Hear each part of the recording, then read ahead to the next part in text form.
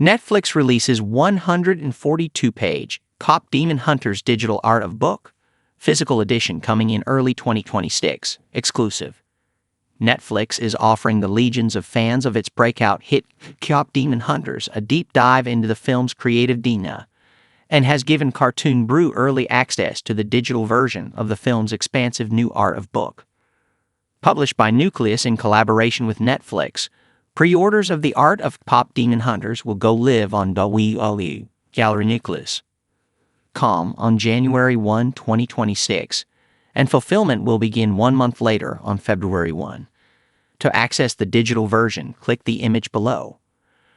The studio's latest behind-the-scenes book is a densely packed, multimedia-style volume, part encyclopedia, part cultural guide, part production diary, that paints a far more complex portrait of the film's mythos than could have fit into its 95-minute runtime. Tallying 142 pages, the book expands on that world with filmmaker anecdotes, early character explorations, demonology research, and K-pop choreography breakdowns. For any admirer of the franchise, it's an instant must-have, not only for its visual offerings, but for the candid window it provides into the cultural and emotional foundations of the story. Co-director Maggie Kang explains in the book that the film's origins were anchored in a desire to see Korean identity honestly and joyously represented in Western animation. Growing up watching movies set in other Asian cultures, I wanted to see the Korean culture represented in an animated movie. For some reason, I landed on demonology.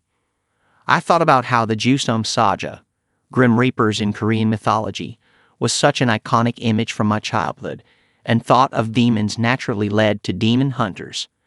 And I knew I wanted to see female superheroes who were a lot more relatable, who liked to eat and make silly faces, not just being pretty, sexy, and cool, but with real insecurities.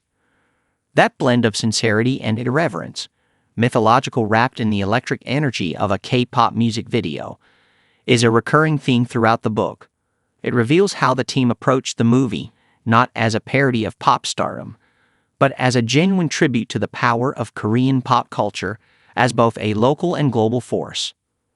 As co-director Chris Applehands puts it, "What's wonderful about K-pop in the modern world is just the way that it brings people together with so much empathy.